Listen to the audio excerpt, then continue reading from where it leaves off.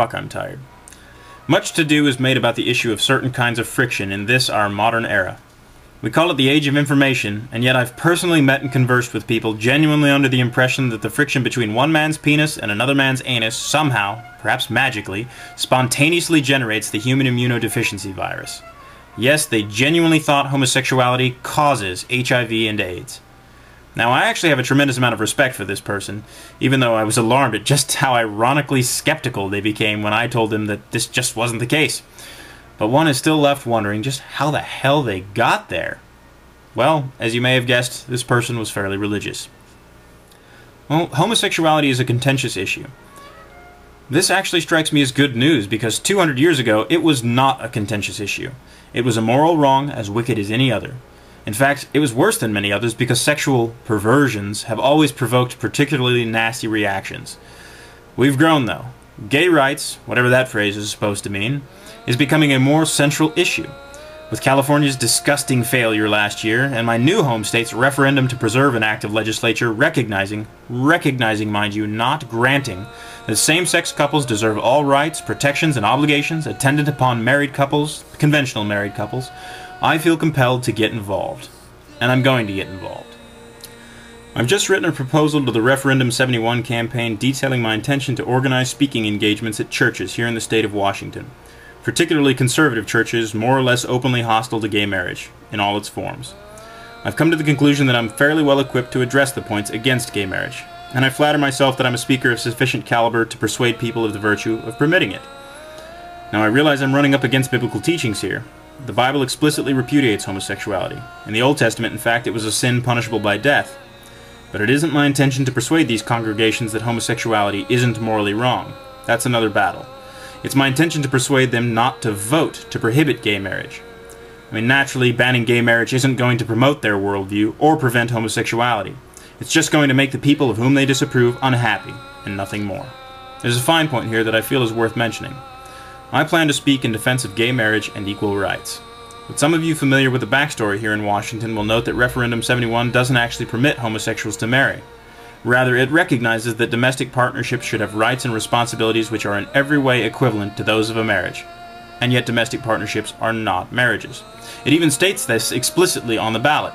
Domestic partnerships are not marriages. So why would I speak explicitly on behalf of gay marriage? Well, because I'm not a politician. Referendum 71 also treats the rights of senior citizens with respect to domestic partnerships.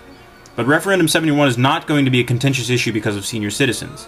It's going to be a contentious initiative because of homosexuals. That's it, and that's all.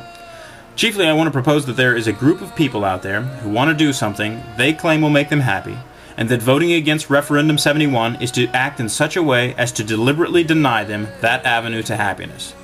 I intend to take every argument found on the opposition's websites and rip them to tatters, so that it's painfully obvious that there is no supporting argument for a prohibition of gay marriage, and, consequently, even less reason to prohibit the separate but equal form known as the domestic partnership.